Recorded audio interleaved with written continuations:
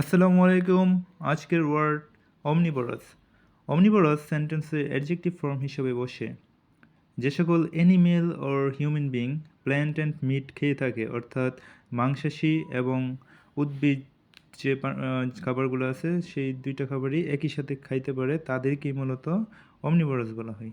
আবার কখনো কখনো যাদের দুইটি বিষয়ের প্রতি অথবা দুই তিনটি বিষয়ের প্রতিও কিউরিয়াসিটি থাকে, তাদেরকেও অমনিভোরাস বলা হয়ে থাকে।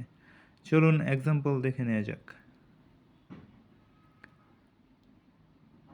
An omnivorous animal eats both plants and meat.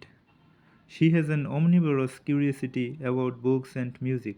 অর্থাৎ একই সাথে বই পড়া এবং গান গাওয়ার প্রতি তার কিউরিয়াসিটি আছে, এই জন্য তাকে অমনিভোরাস বলা হচ্ছে।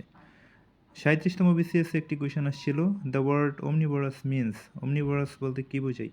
Eating all types of food. So answer is eating all types of food. আমরা অলরেডি শিখে আসছি।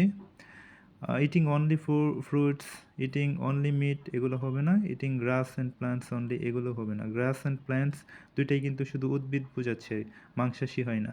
So answer is thanks for watching. Subscribe my channel for more tutorials.